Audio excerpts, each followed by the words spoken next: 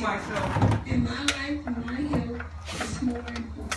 Bazile is 62 and says leaving that job of 10 years behind meant leaving that insurance behind too. And she says it felt like she lost some dignity. Now, in her Obamacare, she's got subsidized insurance. My monthly is $219.01. And she's got her sense of security back because now she can take care of her health and her healthcare bills. Look at you. Look at you. I dropped it. Oh, not yet. Did you find the wrench to fit? Yeah, it was the 13. Alright, oh, I didn't show you the trick with those wrenches. Did you figure it out? One side is the ratchet? Yeah, this is nice. I like that. I'm using the side that spins around. Oh, wait.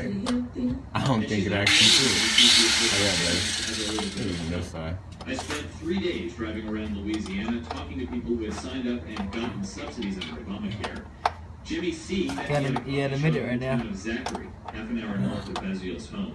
He's 54, a Minute. self-employed housing and maintenance Almost worker, 2. and he says he No, never had a minute insurance. 12. It was too Oh, I'm expensive good. and I'll he get it didn't done get with it. He 14 did. minutes. This part He was having 14 trouble minutes. breathing, and he went to the hospital. It says you have insurance. I said no.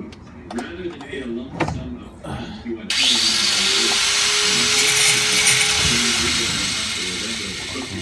Come on, I gotta do What kind of bill are you looking at? Almost around 8,000. It's all oily now. Just the treatment. Oh! Hospital.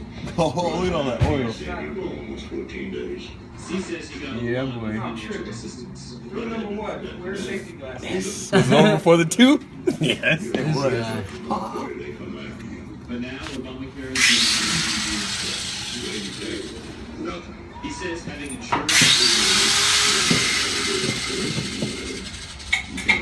Oh, that's why people get all dirty.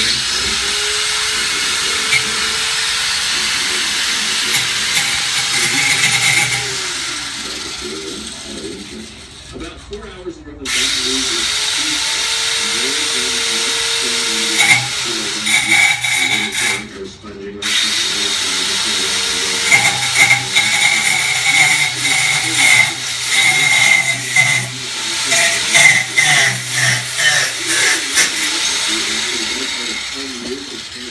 You got 2 minutes, 35 seconds. expensive medication. Now he pays about $180 a month, and he says it makes him feel like an adult. And now this is going to the impact it has on America, but it'll wind up making a lot of people who were able to go to the doctor and able to pay for their pills not be able to anymore. And that's just pretty lousy. Experts say about 13 million people could lose their subsidies if the Supreme Court rules they're legal in most states. For NPR News, I'm Jeff Cohen. Jeff Cohen's reporting is part of a partnership with WNPR and Kaiser Health News. As we heard from Jeff, millions of Americans could be left scrambling if the Supreme Court decides their health insurance subsidies are illegal. These policyholders live in some 36 states in which the federal government runs the healthcare exchange, not the state. So what might the future hold for these people if their subsidies are deemed illegal? To answer that, we spoke to Linda 3 minutes, 38 She's a senior seconds. fellow at the Urban Institute, an economic and social policy think tank. We started by asking her to tell us who would be the most affected. Well, these are not the really poor people. Those are the people that were targeted to get help through the Medicaid program, the Medicaid expansion. So what we're talking about here, the people who are eligible for assistance are really working low income and working middle income people. So the vast majority of them are 80% are workers themselves. The rest are basically families of workers. And over 60% of them are white. Over 60% of them live in the South. So we're talking about a population that is working hard to make ends meet, but can't really do everything on their own. They're also a voting population, which I think is really important too.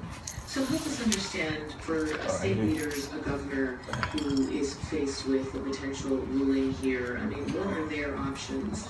If they have a federal marketplace, can they switch to a state-based one? What can they do? There should be some opportunity to switch to a state-based one. The concern is we don't know what's going to be required in order to make that change. One of the big challenges, though, is if they have to take on a lot of new responsibilities, then there may be a lot of costs involved for them to do that. And unlike the states who made the decision to do state-based changes early on, where there were a lot of federal grants that helped them make those kinds of changes. 5 minutes, 6 seconds. Grants don't exist anymore. And it also is very time-consuming. It took years for states to get these up and running. And so if a lot is required of the states to switch over, there's a lot of logistical and potentially financial challenges. And meanwhile, Congress, what can they do? What options do they have to try and avoid potential chaos for some of these states? Well, the most straightforward way to both Got the avoid chaos lubrication, and eliminate the problems of folks losing their health insurance and premiums going up for everyone else is that they can extend eligibility for financial assistance to residents of all states, regardless of who's administering the health insurance exchange.